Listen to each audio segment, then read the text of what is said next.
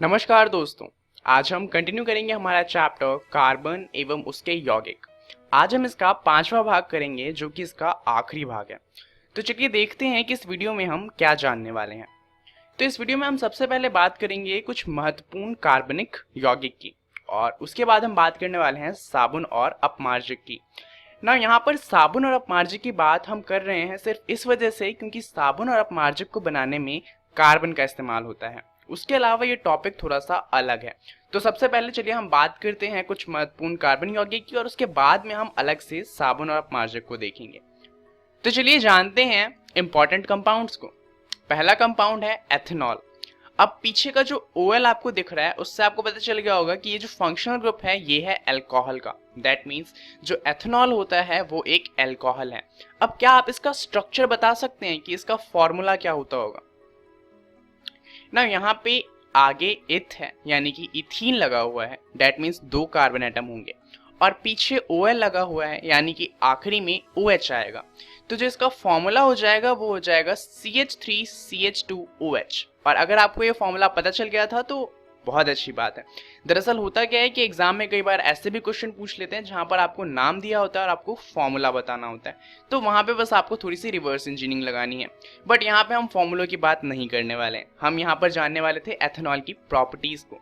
अब इसका जो सबसे पहला पॉइंट है वो ये है कि एथेनॉल को हम सामान्यतः अल्कोहल के नाम से जानते हैं। तो अगर कोई भी अल्कोहल की बात करे और ये मेंशन ना करे कि वो कौन से अल्कोहल की बात कर रहा है तो हम मोस्ट प्रोबेबली एथेनॉल की बात कर रहे होते हैं। दूसरा पॉइंट ये है कि एथेनॉल कक्ष के ताप पर द्रव अवस्था में होता है, यानी कि रूम टेम्परेचर पे अल्कोहल जो होता है वो लिक्विड यानी कि द्रव अवस्था में पाया जाता है। हमारा तीसरा पॉइंट है कि हर नशीले पेय पदार्थ में एथेनॉल होता है। दरअसल एथेनॉल के अलावा कोई सा भी अल्कोहल जो होता है उसे पिया नहीं जा सकता। For example methanol, butanol, propanol, pentanol और जितने भी अल्कोहल हैं उन्हें पिया नहीं जा सकता क्योंकि वो हमारे शरीर के लिए जहरीले होते हैं। परंतु एथेनॉल को हम फिर भी पी सकते हैं। परंतु एथेनॉल में भी एक कंडीशन है। दरअसल जितने भी पेय पदार्थ होते हैं जिनमें एथेनॉल होता है उनमें बहुत कम मात्रा में एथेनॉल होता है, जैसे कि 0.3% से लेकर ज़्यादातर ड्रिंक्स में 30% के आसपास अल्कोहल मिलता है। उससे ज़्यादा हमें आमतौर पर नहीं देखने को मिलता।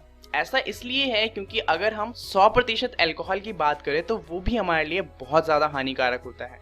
दरअसल शुद्ध एथेनॉल बहुत ज़्यादा घातक होता है, इतना कि हम उसे पीने के बाद मर भी सकते हैं। परंतु एथेनॉल के और भी बहुत ज़्यादा अच्छे कामों में इस्तेमाल होते हैं। फॉर एग्जाम्पल दवाइयों में इनका बहुत इस्तेमाल होता है। कफ सिरप्स और मेडिसिन जो होती हैं इनमें हम इनका बहुत इस्तेमाल करते हैं। पहला कारण तो ये है कि एथेनॉल में सारी चीज़ें मिल जाती हैं। जैसे कि पानी में कई बार क्या होता है, कुछ दवाइयाँ होती हैं जो पानी में नहीं मिल पाती परंतु वो एथेनॉल में मिल जाती हैं, तो उन्हें मिलाने के लिए हम एथेनॉल का इस्तेमाल करते हैं। दूसरा, हम कफ सिरप में भी एथेनॉल का इस्तेमाल करते हैं क्योंकि एथेनॉल जो होता है वो एंटी बैक्टीरियल होता है, यानी कि वो बैक्टीरिया को मारता है।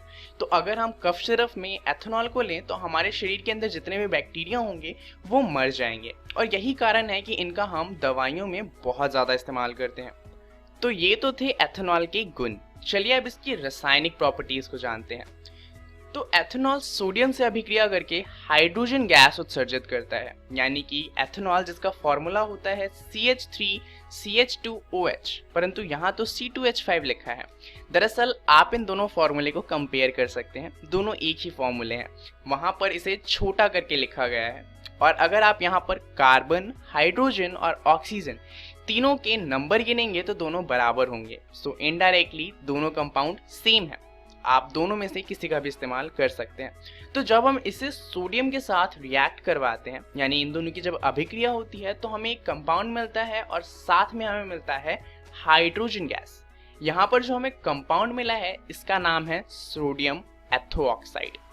तो एथेनॉल जब भी सोडियम के साथ अभिक्रिया करता है तो हमें सोडियम एथोऑक्साइड मिलता है और साथ में हाइड्रोजन गैस मिलती है। असंतृप्त हाइड्रोकार्बन बनाने के लिए भी हम एथेनॉल का इस्तेमाल करते हैं। जब हम एथेनॉल की अभिक्रिया करवाते हैं गर्म सांद्र H2SO4 के साथ तो हमें मिलता है ईथीन और साथ में हमें मिलता है जल।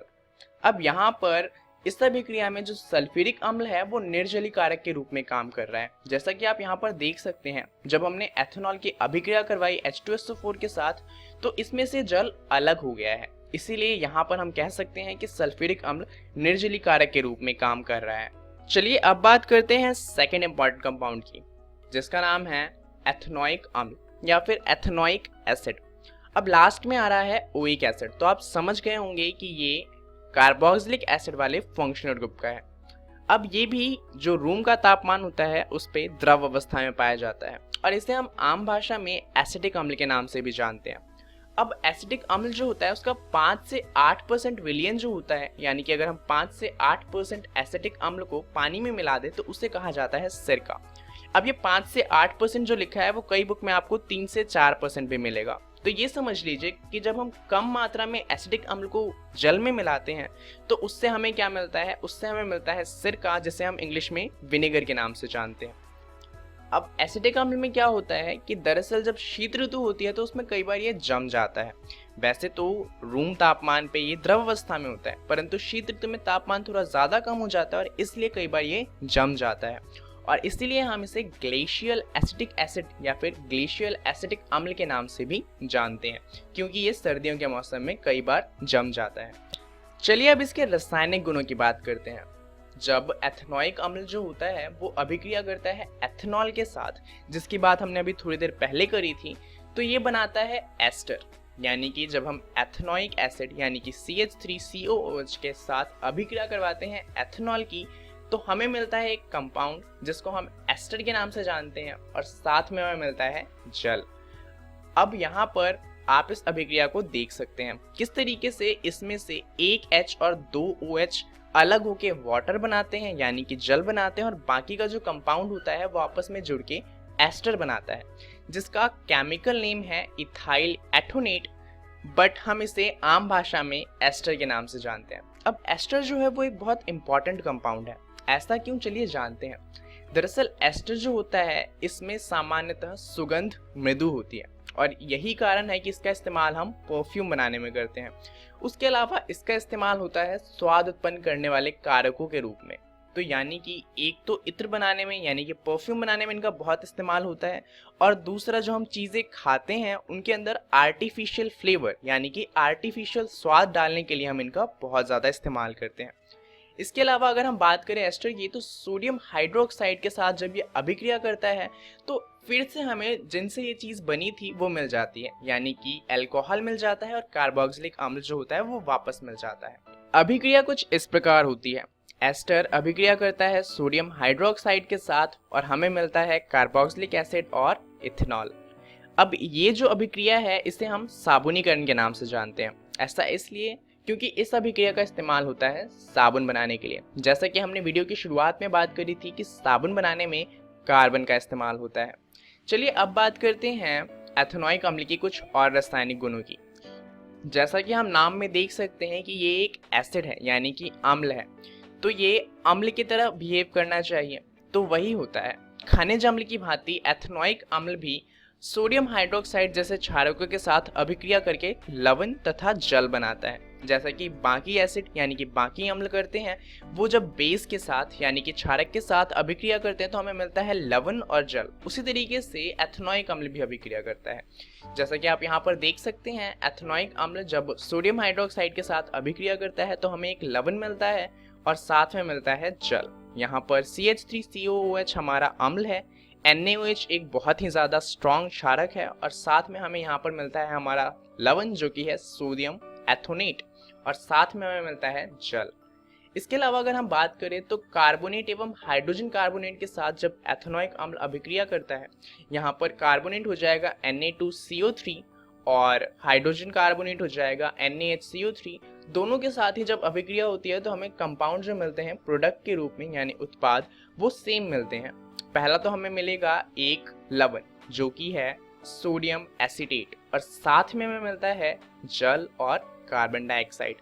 तो ये थे हमारे गुण एथेनोइक अम्ल के। चलिए अब बात करते हैं साबुन और अपमार्जक की, कि साबुन किस तरीके से काम करता है और अपमार्जक की हमें ज़रूरत क्यों पड़ती है। अब साबुन की बात करें तो साबुन बना होता है सोडियम और पोटेशियम के लवणों से मिलकर। ये साफ सफाई के काम में इस्तेमाल किया जाता है, परंतु ये ऐसा कर कैसे पाता है? दरअसल साबुन जो होता है वो माइसेल फॉर्म करता है। यहाँ पर इसका जो एक पार्ट होता है वो होता है हाइड्रोफिलिक पार्ट, यानी कि जो पानी से आकर्षित होता है, और एक होता है हाइड्रोफोबिक पार्ट जो पानी से दूर भागता है। तो होता क्या है कि जब भी जो कोई धूल मिट्टी के कण होते हैं वो हाइड्रोफोबिक से आकर्षित हो जाते हैं और हाइड्रोफोबिक पार्ट उनके पास चला जाता है, परंतु हाइड्रोफोबिक पार्ट अगर उनके पास जाएगा तो साथ में हाइड्रोफिलिक पार्ट भी जाएगा जो उनसे दूर रहेगा थोड़ा सा। इससे होता क्या है कि जो गंदगी के कण होते हैं उनके आसपास हाइड्रोफिलिक यानी कि पानी से आकर्षित होने वाले कणों का एक गोला बन जाता है। तो एक तरीके से ये समझ लीजिए कि अब जो हमारा धूल का कण था वो पानी से आकर्षित हो रहा है। तो जैसे ही हम उसे फिर से पानी में डालेंगे, मान लीजिए आप अपने हाथ को धोना चाहते हैं या फिर कपड़ों को, तो जैसे ही आप उसे पानी में डालेंगे और वापस से बाहर निकालेंगे तो इस बार जितने भी धूल के कण होंगे वो पानी में ही रह जाएंगे, और इस तरीके से जो सफाई का काम होता है वो हो पाता है।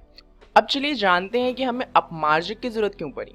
दरअसल जो अपमार्जक होते हैं इनकी जरूरत हमें इसलिए पड़ती है क्योंकि कभी कभार साबुन जो होता है वो जल में नहीं घुल पाता। ऐसा इसलिए होता है क्योंकि पानी में उपस्थित कैल्शियम और मैग्नीशियम लवण जो होते हैं वो साबुन के साथ अभिक्रिया कर लेते हैं और उससे जो हमारा माइसेल होता है वो बन ही नहीं पाता।